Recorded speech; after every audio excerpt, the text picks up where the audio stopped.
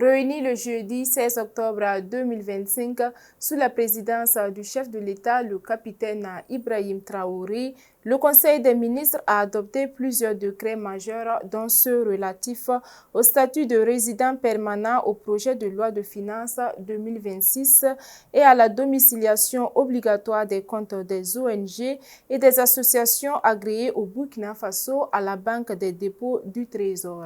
Bertrand Kéma pour le point. À l'issue du Conseil des ministres, le porte-parole du gouvernement Pengrouende Gilbert Ouedraogo a fait état de l'adoption de plusieurs rapports et de décisions structurantes destinées à renforcer la marche de l'État dans le cadre de la mise en œuvre des orientations de la révolution progressiste populaire. Au titre du ministère de la Justice et des Droits humains, un décret a été adopté définissant les conditions et les démarches requises pour l'obtention du statut de résident permanent au Burkina Faso. Le ministre Edasso Rodrigue Bayala a rappelé que ce texte s'inscrit dans la suite logique de l'entrée en vigueur du Code des personnes et de la famille qui a instauré ce statut. Entre autres conditions qui ont été déjà prévues dans le Code des personnes et de la famille, il faut avoir résidé au Burkina Faso de manière ininterrompue pendant 5 ans. Avant, il fallait faire 10 ans pour prétendre un statut de naturalisation. Donc cette fois-ci, avant de prétendre à la naturalisation, c'est-à-dire l'acquisition de la nationalité burkinabé, vous devrez devoir passer par un statut de résident permanent qui permet de jouir de tous les droits dont jouit un burkinabé, à l'exception de ceux qui sont spécifiquement prévus pour les burkinabés, tels que le droit par exemple de vote, le droit d'être candidat en attendant d'avoir la nationalité. On a prévu ce statut parce qu'avant, il n'y avait pas de statut avant d'acquérir la nationalité burkinabé. Et pour acquérir la nationalité burkinabé, il fallait atteindre 10 ans. Donc cette fois-ci, comme innovation, le Code a prévu ce statut qui permet à l'étranger, au non-national, de jouir des mêmes droits que le burkinabé, d'avoir une carte de résident permanent, de pouvoir travailler, investir au Burkina Faso et bien entendu, si cela est nécessaire, de demander la nationalisation. Au titre du ministère de l'économie et des finances, le Conseil a examiné et adopté l'avant-projet de loi de finances pour l'année budgétaire 2026. Selon la ministre déléguée chargée du budget, ce document intègre un ensemble de mesures économiques et fiscales, incluant un élargissement de l'assiette fiscale, des ajustements structurels et des dispositions incitatives pour les acteurs économiques. Alors en termes de recettes, donc, le budget 2026 se situe à un total de 3 431 milliards environ. Et au titre des dépenses, il se situe à un niveau de 3 918 milliards de francs CFA environ. Il se dégage de ce fait-là une épargne budgétaire d'environ 673 milliards de francs CFA et le déficit se situe à 486 milliards de francs CFA environ.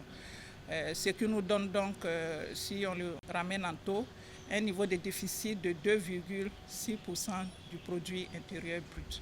Alors, ce projet de loi également reprend les mesures fiscales qui doivent donc accompagner les actions en termes de recouvrement de recettes. Et au titre donc de ces mesures fiscales, nous en avons 3 sortes. Il y a eu des mesures d'élargissement de l'assiette fiscale qui a porté donc essentiellement sur l'instauration des taxes concernant les âmes. Il y a eu également des mesures d'ajustement structurel qui sont d'ailleurs les plus nombreuses, qui nous permettent donc de revenir sur certaines dispositions qui n'étaient pas assez claires et qui faisaient l'objet donc de contentieux. Ces dispositions-là qui ont été reprises nous permettent donc de clarifier les articles concernés dans ce sens. Et enfin, il y a eu des mesures de faveur fiscale, essentiellement orientées donc vers les priorités du moment, en l'occurrence l'initiative agro-silvopastorale. Donc ces mesures de faveur fiscale concernent l'exonération de certaines taxes en lien avec le secteur agricole et le secteur de l'élevage. Un autre décret a été validé, imposant désormais aux organisations non gouvernementales et aux associations agréées l'obligation d'ouvrir et de domicilier leurs comptes de disponibilité exclusivement auprès de la Banque des dépôts du Trésor.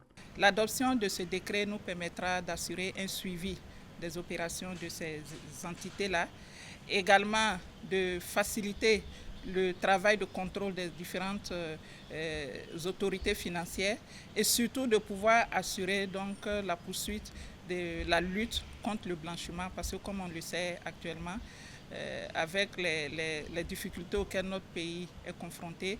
Et nous avons un nombre assez élevé d'ONG et d'associations. Il sied donc de pouvoir mettre des dispositions efficaces en termes de contrôle et pour nous permettre aussi d'assurer la transparence et la redevabilité par rapport à ce qui est fait au niveau de ces entités. L'ensemble de ces décisions illustre la détermination du gouvernement à renforcer le cadre institutionnel et économique du pays. Par une action normative ciblée et une gestion budgétaire anticipative, les autorités entendent poser les bases d'une gouvernance plus structurée au service du développement national et de la souveraineté. Sobre Web TV, la Web TV au-delà de vos attentes.